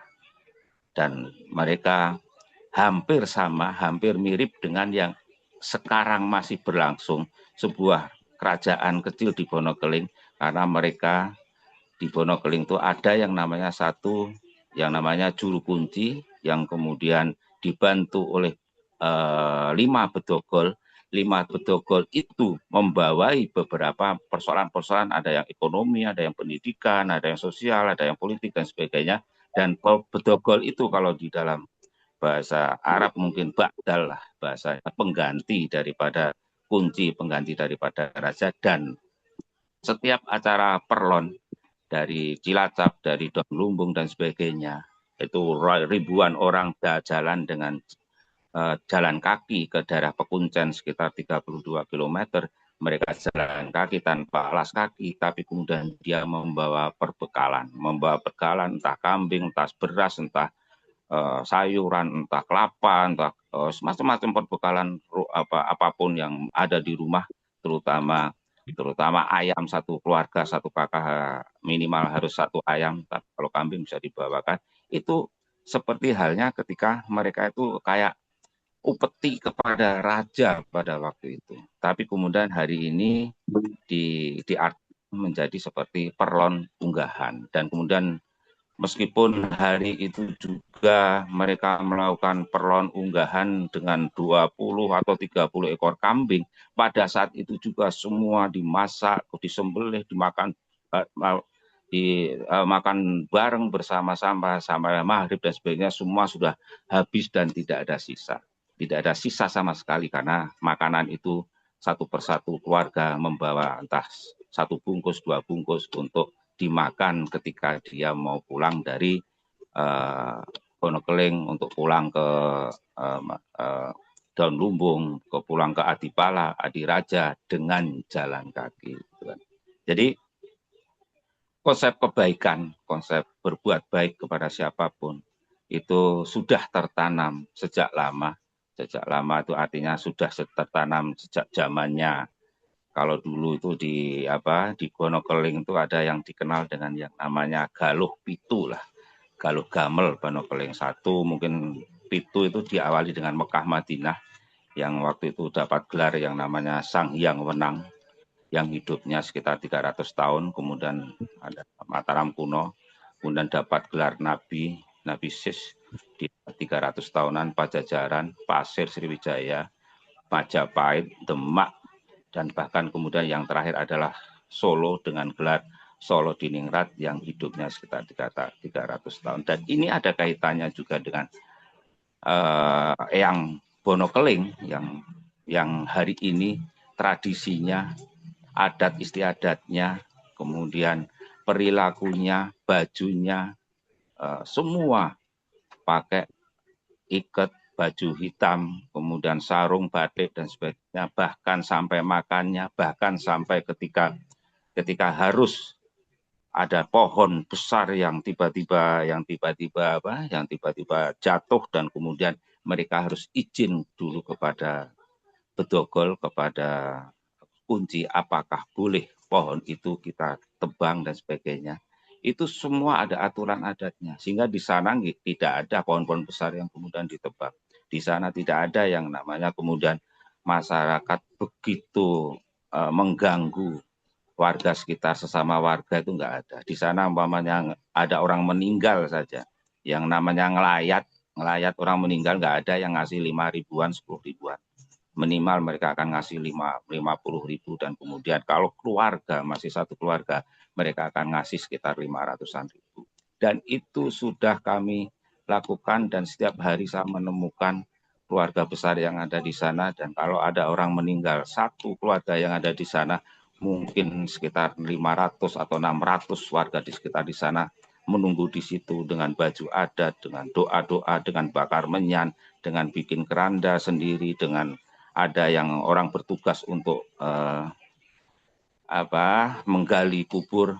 Menggali kubur pun itu harus izin dulu, izin kepada tanah. Hei tanah, saya akan membuang bahasanya kotoran apa dan sebagainya ke tanah, dan kemudian ada doa-doa sendiri. Mau menyembelih kambing pun juga ada aturannya. Ketika mau menyembelih kambing, menyanya kita doakan malamnya, pagi ketika kita mau sembelih kita bakar dulu, ketika mau mengkuliti kambing itu mencacah-cacah kita bakar menyan dulu, ketika mau selamatan kita bakar. Jadi ada 12 menyan yang kita bakar pada saat itu. Gunanya menyan apa? Itu adalah sebagai media, yang namanya media. Artinya kalau merujuk kepada Islam, merujuk kepada Al-Quran, ketika kamu berhadapan menghadap kepada Allah, pakailah wewangi-wangian, hei para umatku, mamanya kan. Jadi diminta untuk memakai wangi-wangian, jangan sampai kamu berukut atau kemudian tanpa apa-apa, bau busuk dan sebagainya, atau enggak mandi dan sebagainya, tapi kita pakai wangi-wangian untuk bisa menghadap kepada Tuhannya. Jadi mangabdi, kemudian tadi ada 5 unsur tadi itu adalah manembah, mangabdi, maguru, makaryo, manegesangkan parani dumadi, itu yang betul-betul mereka jalani dan mereka lakukan selama ini gitu kan istilahnya. Jadi urutan tadi yang saya sampaikan tentang tentang asal usul atau tradisi Jawa yang sebenarnya berawal dari Rasulullah tapi kemudian terkoneksi dengan masyarakat adat Jawa yang dari leluhur lama, bahkan yang namanya MH Cak Nun mengatakan bahwa kita itu leluhurnya orang Israel, leluhurnya orang Eropa, leluhurnya bahkan MH mengatakan besok itu akan ada candi atau apa yang akan ada di Bantul, di Imogiri atau di mana, atau kemudian di Jawa Barat atau di Jawa Timur dan sebagainya. Ini kita tidak ingin mengada-ada itu semuanya, tapi Islam intinya ketika ketauhidan, ketuhanan itu kita ciptakan, kita hadirkan dalam diri kita, otomatis akan mengikuti dengan masyarakat adat dan tradisi yang berkembang di mana ketika Islam itu ada di situ. Seperti tadi yang saya contohkan, kenapa di Mekah dan sekarang masih berlangsung haji yang kemudian dengan adat dan tradisi Mekah pada saat itu, dan kemudian kenapa di Jawa adat dan tradisi masih berkembang tapi nilai-nilai keislaman juga masih terus bisa dikembangkan. Misalkan saya ingin menyampaikan bahwa ada salah satu contoh tentang tentang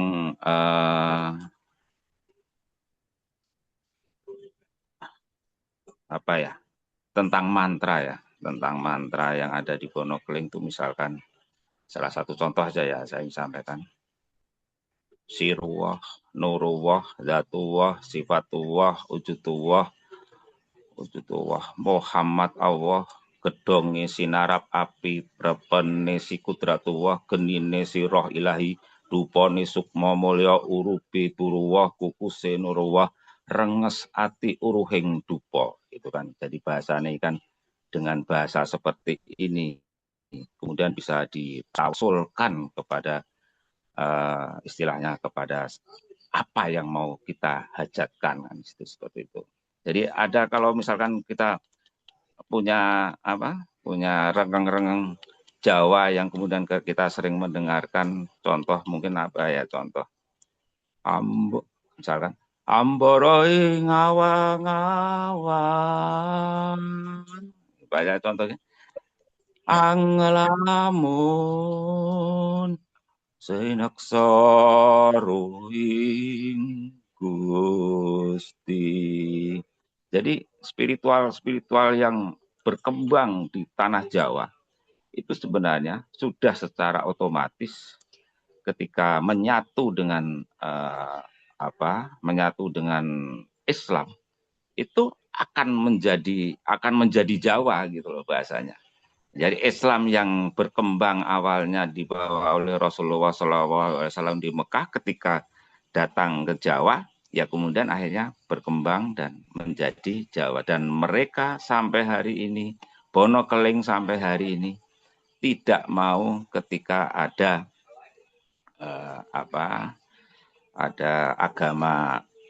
itu selain itu kejawen atau apa, dia tetap di KTP tetap Islam.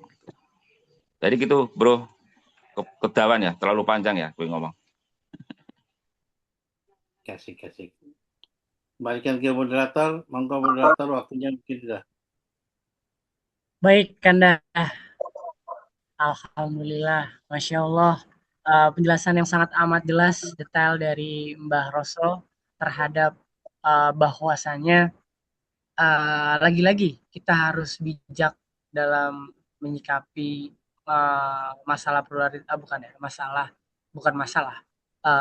kenyataan yang terjadi pada umat kita pada saat ini, dan juga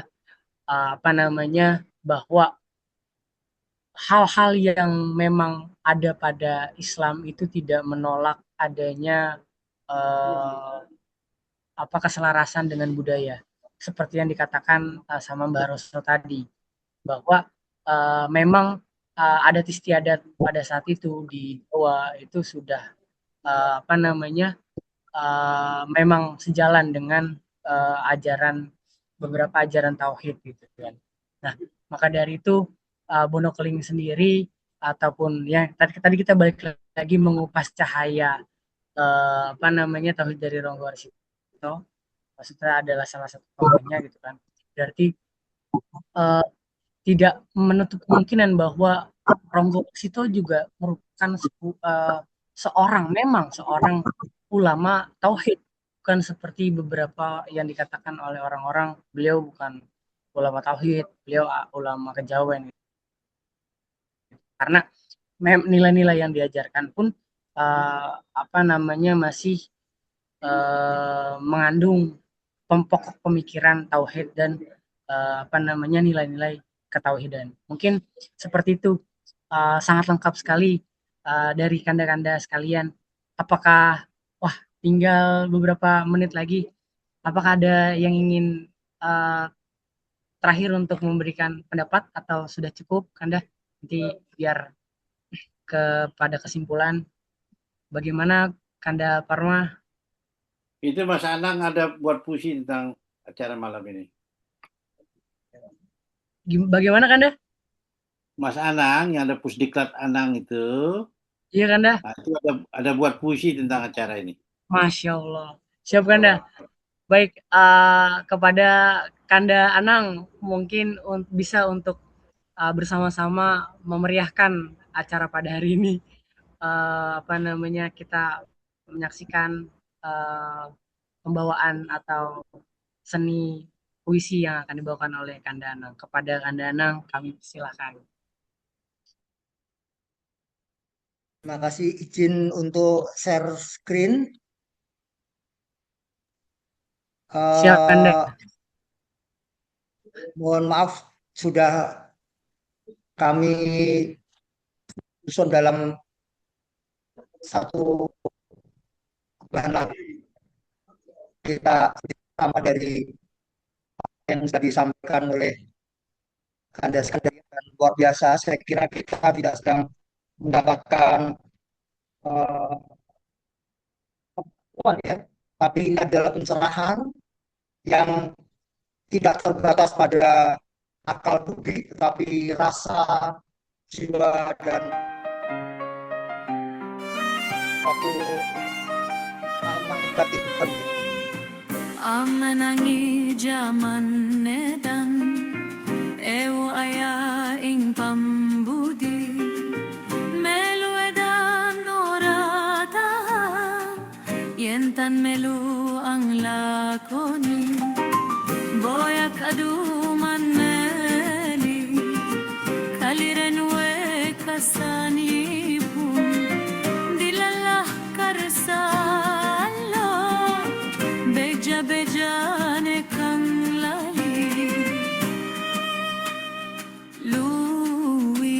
begja kan eling lawan waspada.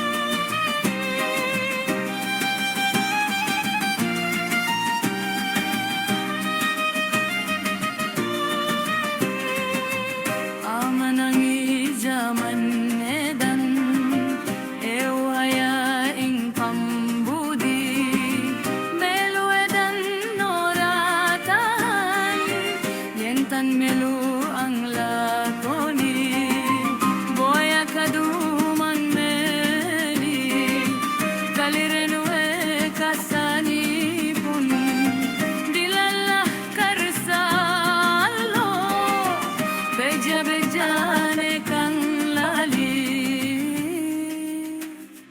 luwih begja kang eling lawan wan waspada.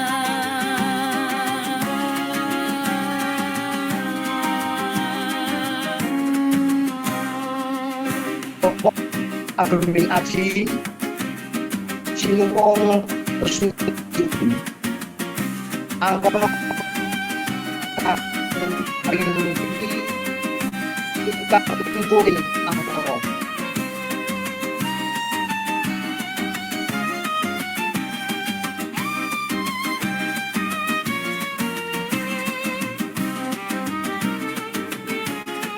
kumpulin angkono para tempat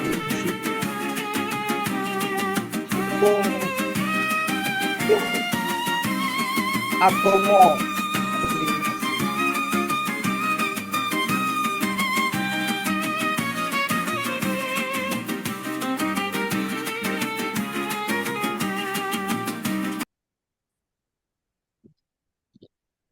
Terima kasih. Saya kira kita tidak sedang melakukan diskursus semalam hari ini, tapi satu pendakian pengalaman batin yang luar biasa, tidak hanya mendapatkan pengetahuan, tetapi energi besar terhadap peradaban Jawa yang lebih tua daripada yang lain. Terima kasih semuanya, kanda-kanda. Assalamualaikum warahmatullahi wabarakatuh. Waalaikumsalam. Assalamualaikum warahmatullahi wabarakatuh. Terima Terima kasih banyak Kanda Anang atas penyampaiannya. Mungkin untuk saya sendiri tidak begitu mengerti apa artinya gitu, tapi tadi sudah sambil mencari tahu dan bahwa ini adalah salah satu sastra dari karangan dari Raden Ngabehi Ronggowarsito ya Kanda ya. Nah, jadi sekali lagi menguatkan topik pembicaraan kita pada malam ini untuk lebih lagi mengolah rasa, lebih lagi eling dalam arti meyakini dan sadar bahwa Tuhan kita Allah Azza wa Jalla adalah Tuhan segala-galanya yang maha berkehendak dan memiliki kuasa apapun untuk hambanya. Nah, mungkin pada ngaji virtual malam ini pembahasannya cukup sekian. Apakah sebelum di Pamungkas, apakah dari kanda-kanda sekalian ataupun Mbah Roso sekali lagi ada yang ingin disampaikan? Udah cukup. Cukup ya Kanda. Baik Kanda. Kalau begitu kesimpulan dari ngaji virtual pada hari ini adalah yang pertama, semakin membuka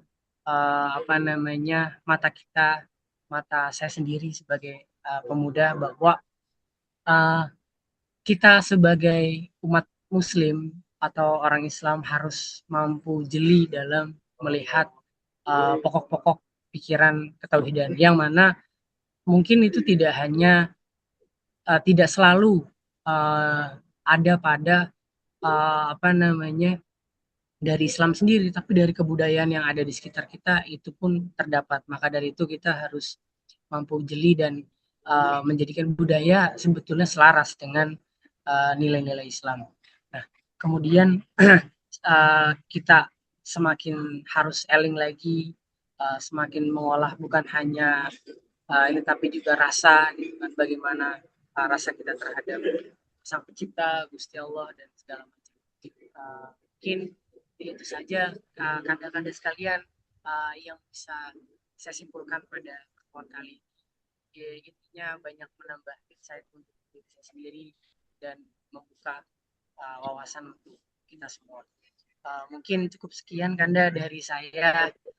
Mohon maaf apabila dalam penyampaian pada malam ini terdapat kekeliruan atau kesalahan kata, baik yang disengaja maupun tidak disengaja, karena kesempurnaan adalah milik Allah dan kekurangan adanya pada diri saya semua. Mungkin itu saja kanda pada pertemuan malam ini. Semoga kita semua senantiasa Allah lindungi, semoga kita semua senantiasa dijaga oleh Allah Subhanahu wa taala dalam keseharian, aktivitas sehari-hari, dan juga semangat dalam berdakwah dan meneruskan perjuangan cita-cita Islam. Kemudian mungkin cukup sekian dari saya. Akhir kata, ila komentarik. Wassalamualaikum warahmatullahi wabarakatuh. Waalaikumsalam. Masya Allah. Mohon maaf Anda. Terima Terima kasih. Keren sekali. Masya Allah, Masya Allah, Ya. Masya Allah. Mas Kep ditutup Mas Kep. Terima kasih Anda. Siap. Baik, hadirin, kita Izin. tutup Ya. ngaji virtual kebudayaan. Jangan lupa Selasa malam besok kita akan geser dikit ke Aceh. Kita bahas tentang Hamzah Pansuri. Soal narasumber nanti Guru Tua Parma yang menentukan, gitu ya. Gitu. Next time kita sampaikan ya. Tapi alhamdulillah luar biasa. Mbah Roso, atur suwun, terima kasih. Kang Juki, Ya. luar biasa. Ajuki matur semadun. Sami-sami. Barasa sehat, juga Rahayu. Pak Anang puisinya keren banget itu. Tapi kok bayangan kayak India gitu ya. Barasa Rahayu. Matur semadun. Yo. Assalamualaikum. Salam. Rayu. Ya, makasih. Rahayu. Ya. Bagus, Baik, mari Rahayu. adalah alhamdulillahirabbil 89 kita close. Barakallah.